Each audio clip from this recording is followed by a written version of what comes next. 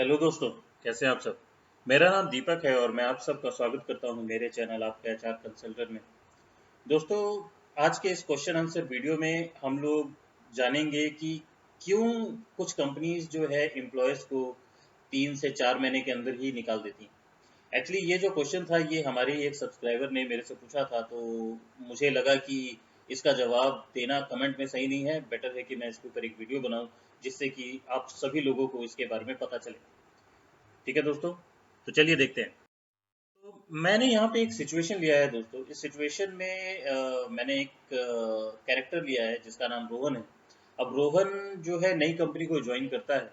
अब जब वो नई कंपनी ज्वाइन करता है तो बहुत ही ज़्यादा डेडिकेटेड इंडिविजुअल है और वो बहुत ही ज़्यादा हार्ड वर्क करता है और जैसे ही वो कंपनी में ज्वाइन कर रहा है और साथ ही जैसे ही वो ज्वाइन कर लेता है उसको सुनने में आता है कि 2 से 3 महीने के अंदर जो है कंपनी उसको निकाल देगी या 3 महीने बाद तुरंत ही उसको जो है लीव करने को बोल दिया जाता है।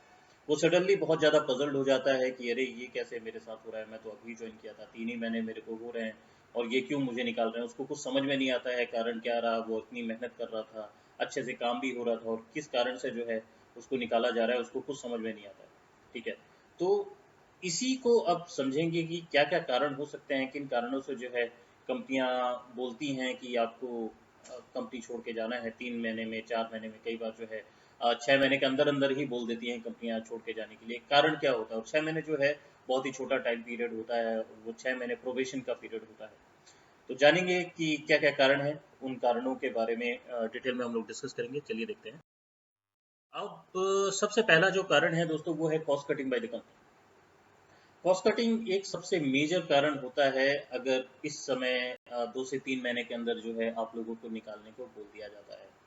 कॉस्ट कटिंग किसी भी कारण से हो सकता है। अगर कंपनी को प्रॉफिट नहीं हो रहा तो कॉस्ट कटिंग हो जाती है कंपनी में।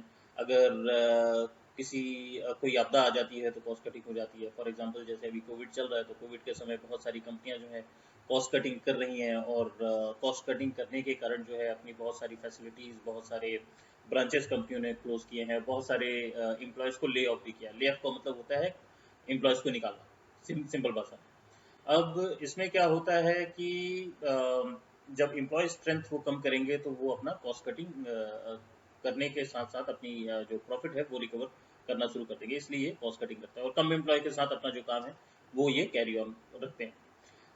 ये कॉस्ट कटिंग जब कंपनी में होती है तो इसमें सबसे ज़्यादा जो बुरे लोग हिट होते हैं वो लोग होते हैं जो कंपनी अभी रिसेंटली ज्वाइन किए होते हैं। जो न्यू जॉइनर्स होते हैं ना वही सबसे ज़्यादा हिट होते हैं इसके इस कॉस्ट कटिंग के डिसीजन के कारण। और कई बार ये होता है कि जो लोअर डेजिग्नेशन होता है वो ज़्यादा हिट होते हैं।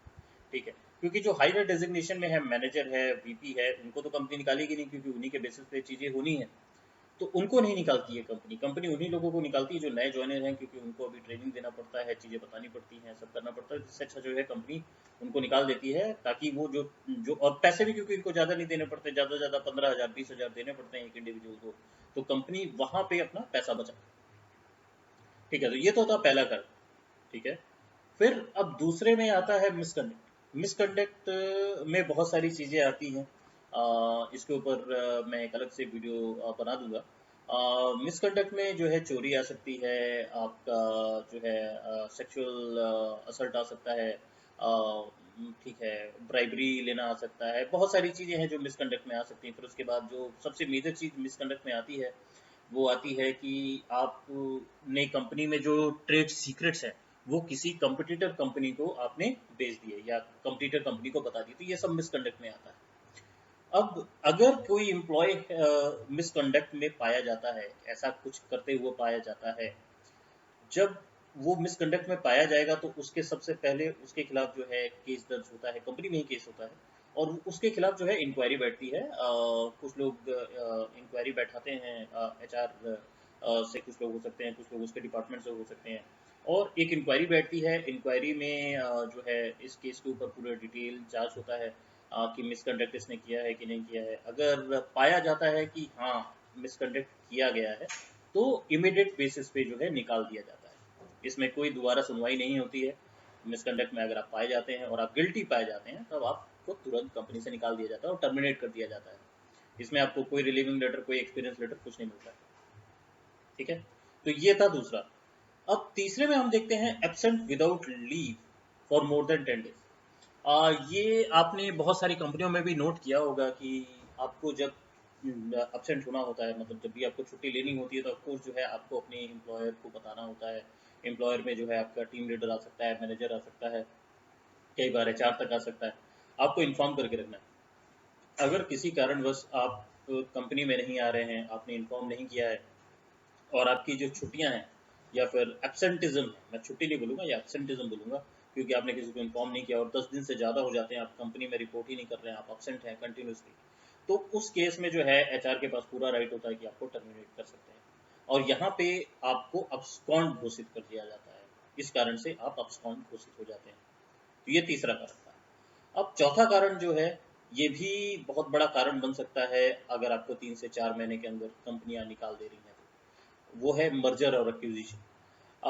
मर्जर और एक्विजिशन जब होता है किसी भी कंपनी में, तो क्या रहता है कि या तो कंपनी ने मर्ज किया है, अगर कंपनी ने कोई छोटी कंपनी को अपने साथ मर्ज किया या एक्वायर किया है, तो उस केस में क्या होता है कि जो दूसरी कंपनी जिसको इन्होंने एक्वायर किया है, तो इनके ऊपर सोल रिस्पॉन्सिबिलिटी इनकी बन जाती है कि दूसरी कंपनी के एम्प्लॉयर्स को इनको रखना है कि नहीं रखना। अगर ये नहीं रखना चाहेंगे तो वो कंपनी जो है उसके एम्प्लॉयर्स को निकाल दिया जाएगा।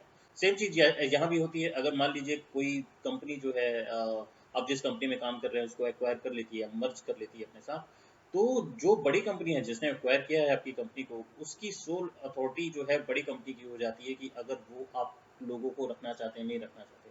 अगर वो कंपनी चाहेगी कि नहीं, मुझे इनके एम्प्लॉय को नहीं रखना है, जो भी काम कर रहे हैं मैं इनको रिलीव कर देना चाहता हूँ, तो सीधी सी बात है, आप लोगों को रिलीव कर नहीं है दोस्तों। ठीक है।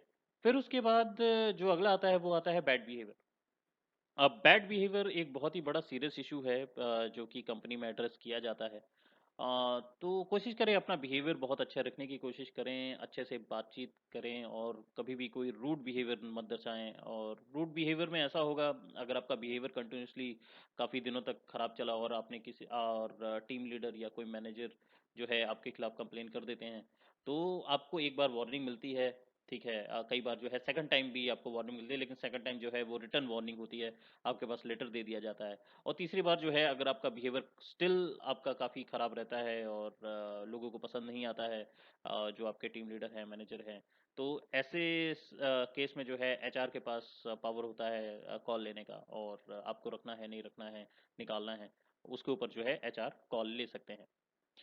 लास्ट में आता है पुअर परफॉर्मेंस। पुअर परफॉर्मेंस भी एक बहुत बड़ी चीज़ होती है, और ये जो है ये आपका प्रोबेशन पीरियड के अंदर भी जो है जज की जा सकती है। वैसे बहुत सारे समय पे जो है प्रोबेशन पीरियड में नहीं होता है, लेकिन कई बार ऐसा होता है कि हाँ, उस पीरियड में अगर कंपनी जज कर रही है, जज करके जो है वो कॉल ले सकती हैं कि पुअर परफॉर्मेंस है और हम जो है इसको निकालना चाहते हैं। कई बार ये होता है कि जब पुअर परफॉर्मेंस होती है, तो आप लोगों को 1 महीने का या 2 महीने का टाइम दिया जाता है दोबारा से ट्रेनिंग का। और ट्रेनिंग के बाद जो है फिर आपका परफॉर्मेंस जो है चेक किया जाता है, और उसके बाद भी अगर इनसेटिस्फैक्ट्री पाया जाता है, तो जो है आप लोगों को जो भी पर्सन है कंपनी में जिसके खिलाफ पुअर परफॉर्मेंस के लिए बात हो रही है, तो उसको निकाल दिया जाता है। तो ये कुछ कारण थे दोस्तों, ये 6 कारण हैं जिनके कारण जो है आप लोगों को अगर हम नोटिस करें तो 4 से 5 महीने या 3 महीने में भी कई बार जो है कंपनी से जाने के लिए बोला जा सकता है। तो होप करता हूँ आप लोगों को आज का वीडियो अच्छा लगा होगा, और आप लोगों को आज का टॉपिक जो है समझ आया होगा। तो आप लोगों को पसंद आया है दोस्तों, तो ज़्यादा से ज़्यादा लाइक कीजिएगा और अपने ज़्यादा से ज़्यादा दोस्तों के साथ शेयर कीजिएगा, और सब्सक्राइब करना मत भूलिए, क्योंकि सब्सक्राइब जब आप करते हैं तो मुझे और भी खुशी होती है, और मैं ऐसे ही नए नए कंटेंट जो है आप लोगों के लिए लेके और लाने की कोशिश करता रहता हूँ। और बिल्कुल आप लोगों के दिमाग में अगर कोई भी डाउट है वर्क से रिलेटेड, मतलब कंपनी में जो भी इशू हो रहे हैं उनसे रिलेटेड कोई भी डाउट है, तो आप कमेंट में मेरे को लिख के पूछ सकते हैं। अगर वहाँ पे मैं जवाब दे पाऊँगा तो अच्छी बात है, नहीं दे पाऊँगा तो मैं कोशिश करूँगा कि अगर कोई अच्छा बड़ा टॉपिक बन जाता है तो उसके बारे में मैं वीडियो बना दूंगा, तो आप लोग यहाँ से देख सकते हैं। तो बस दोस्तों, अपना ख्याल रखें, मैं मिलूंगा आप लोगों से अगले वीडियो में, तब तक के लिए धन्यवाद।